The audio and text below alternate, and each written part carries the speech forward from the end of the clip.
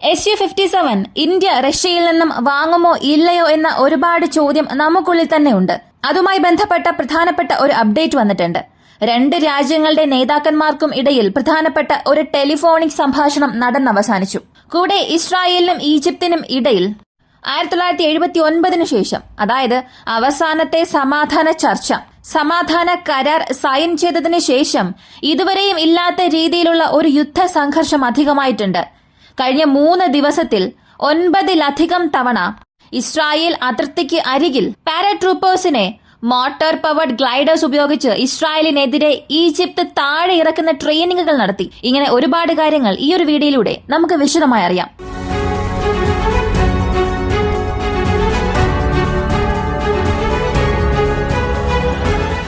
Sinai peninsula ഇസ്രായേലിന്റെ തൊട്ടടുത്തുള്ള ഒരു പ്രദേശം, ഈജിപ്തിന്റെ നിയന്ത്രണത്തിലുള്ള ഒരു പ്രദേശം. അവസാനമായി ഇസ്രായേലും ഈജിപ്തിനും ഇടയിൽ ഒരു യുദ്ധമുണ്ടായപ്പോൾ ഇസ്രായേൽ മുഴുവനായും അതിനെ അവരുടെ നിയന്ത്രണത്തിലേക്ക് കൊണ്ടുവന്നു. എന്നാൽ വീണ്ടും അമേരിക്കയുടെ ഉപദേശത്തിന്റെ പേരിൽ വീണ്ടും രണ്ട് രാജ്യങ്ങൾക്ക് ഇടയിൽ ഒരു നോർമലൈസേഷൻ ഉണ്ടാകുന്നതിനു വേണ്ടിയും ഈ കൈവശപ്പെടുത്തിയ പ്രദേശം ഇസ്രായേൽ ഈജിപ്തിന് തന്നെ കൈമാറി. ഇപ്പോ ഈ സിനായ് പെനിൻസുലയെ നോക്കിയാൽ അതൊരു വളരെ പ്രധാനപ്പെട്ട പ്രദേശമാണ്. സ്ട്രാറ്റജിക്കലി ഇസ്രായേലിനെ കൗണ്ടർ ചെയ്യണം എന്നുണ്ടെങ്കിൽ ഇത് ഈജിപ്തിന് പ്രധാനപ്പെട്ടതാണ്. ഇങ്ങനെയുള്ള ഒരു പ്രദേശത്ത് ഇസ്രായേലിന് എതിരെ നിരവധി സൈനിക താവളങ്ങൾ, വ്യോമസേന താവളങ്ങൾ ഈജിപ്ത് കൈകാര്യം ചെയ്യുന്നുണ്ട്. അങ്ങനെയുള്ള ഒരു പ്രദേശത്ത് ഈജിപ്തിന്റെ പാരാട്രൂപ്പേഴ്സ് ബ്രിഗേഡ് കഴിഞ്ഞ 19-ാം തീയതി ഒരു പ്രധാനപ്പെട്ട എക്സസൈസ് ചെയ്യുന്നു. ഈ ചെയ്തതിന്റെ ഫലം എന്താണെന്ന് ചോദിച്ചാൽ 500-ലധികം ഈജിപ്തിന്റെ എയർബോൺ ഡിവിഷനിലുള്ള പാരാട്രൂപ്പേഴ്സിനെ അവിടെ പാരച്യൂട്ടിന്റെ സഹായത്തോടുകൂടി താഴെ ചാടിപ്പിക്കുന്നു. പക്ഷേ ഇതൊരു വലിയ ചർച്ചാ വിഷയമായി മാറിയില്ല.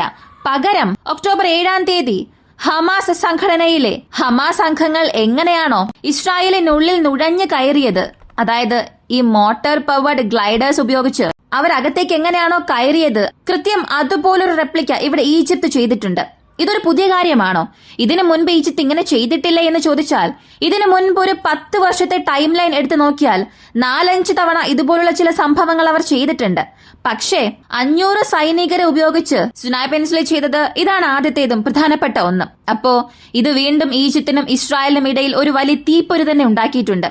ഇതിൽ ഈജിപ്തിനായിട്ടുള്ള ഇസ്രായേൽ എംബസി തുറന്നു തന്നെ അവരുടെ വിമർശനം അറിയിച്ചു. ഇതുപോലെ നിങ്ങൾ ചെയ്തുകൊണ്ടിരിക്കുകയാണെങ്കിൽ 1979 രണ്ട് രാജ്യങ്ങൾക്കും ഇടയിൽ ഒരു സമാധാന ചർച്ച ഉണ്ടാക്കിയല്ലോ, അത് എല്ലാം തകർക്കുന്നത് പോലെയാണ് നിങ്ങൾ ഈ ചെയ്യുന്നത്.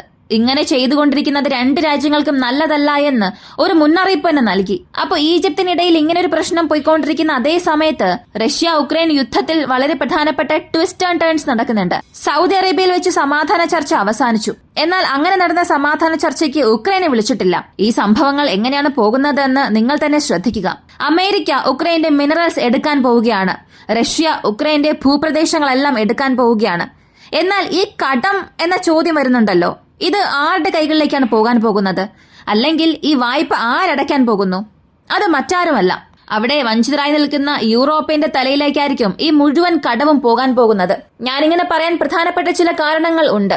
യുകെയുടെ പ്രധാനമന്ത്രി സ്റ്റാർമർ ഒരു കാര്യം പറഞ്ഞു. 30,000-ലധികം പീസ് കീപ്പേഴ്സിനെ കൊണ്ടുപോയി നിപ്രോവേഴ്സ് പ്രദേശത്തും സാബ്രോസീഷ്യ പ്രദേശത്തും നിർത്തണം. ഇപ്പോൾ സെൻട്രൽ ഉക്രൈൻ പ്രദേശങ്ങളിലെ 30,000-ലധികം ആളുകളെ നിർത്തണം. ഈ ഒരു ഭൂപടം നിങ്ങൾ തന്നെ നോക്കുക.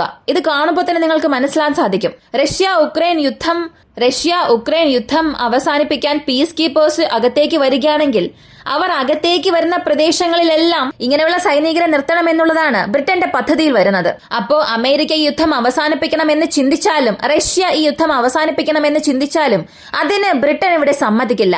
അതിനായിട്ടുള്ള സാധ്യതകൾ അല്പം പോലും ഇല്ല. അപ്പോ വീണ്ടും റഷ്യ ഉക്രൈൻ യുദ്ധത്തെ വലുതാക്കാനാണ് ബ്രിട്ടൻ ഒരുപാട് ശ്രമിക്കുന്നത്.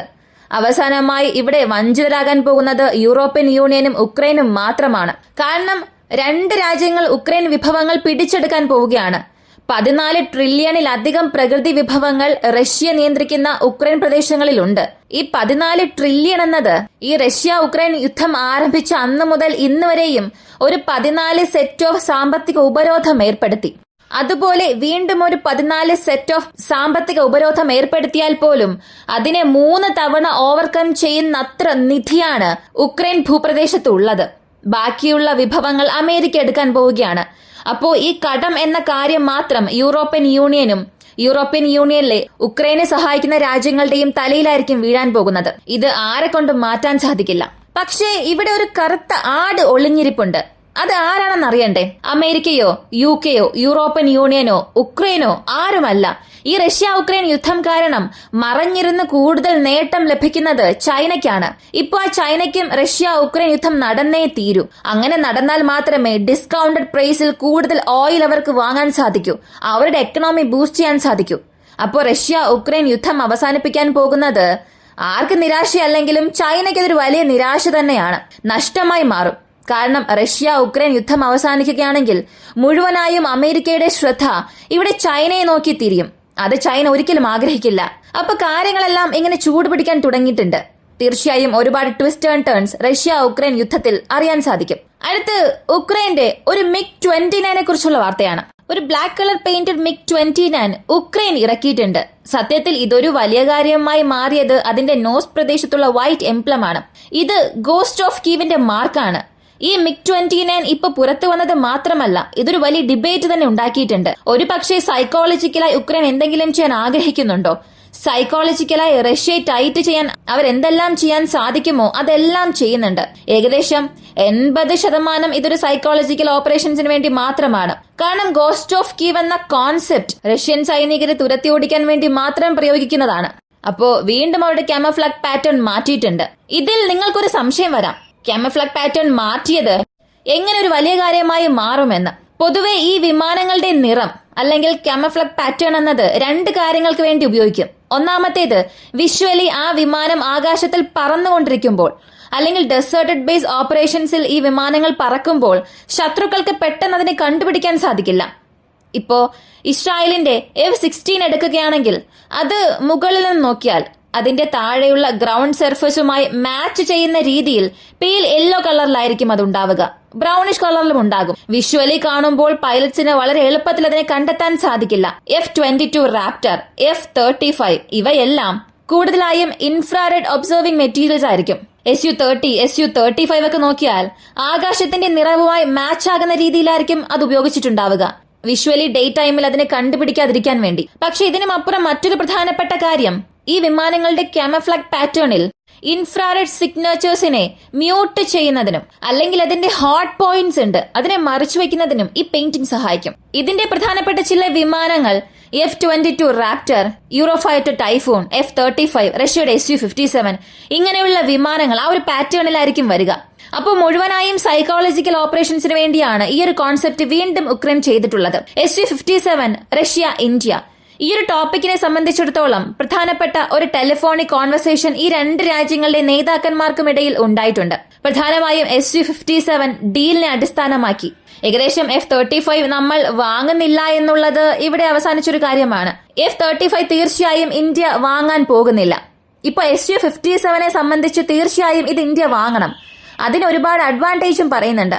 കാരണം Su-57 നമ്മൾ വാങ്ങുക മാത്രം അല്ല, AMCA പ്രോജക്റ്റ് നീണ്ടു പോവുകയാണ്.